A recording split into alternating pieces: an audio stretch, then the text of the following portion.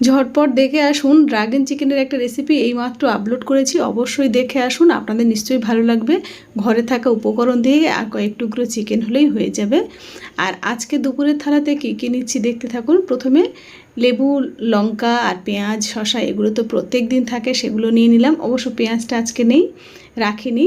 আর তারপরে এটা ডিম ভাজা নিয়েছি, অর্ধেকটা নিয়েছি, কলা ভাজা, ডাল এগুলো নিয়ে নিলাম। আর এর আগে সজনে ডাঁটা, কুমড়ো আর আজকে ঝিঙে দিয়েছি, দিয়ে এটা জাপানি পুঁটি মাছ ঝোল করেছি। এর আগে আমি দেখিয়েছি কয়েকদিন আগে, সজনে ডাঁটা কুমড়ো ছিল, তাই আজকে জাপানি পুঁটি মাছ এনেছে, সেটা দিয়েই ঝোল করেছি।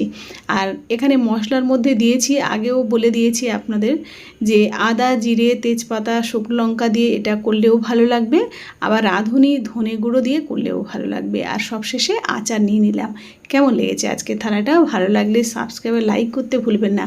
যারা ফেসবুক দেখে দেখছেন অবশ্যই ফলো বাটনটা প্রেস করে রাখুন। ভালো থাকুন সবাই।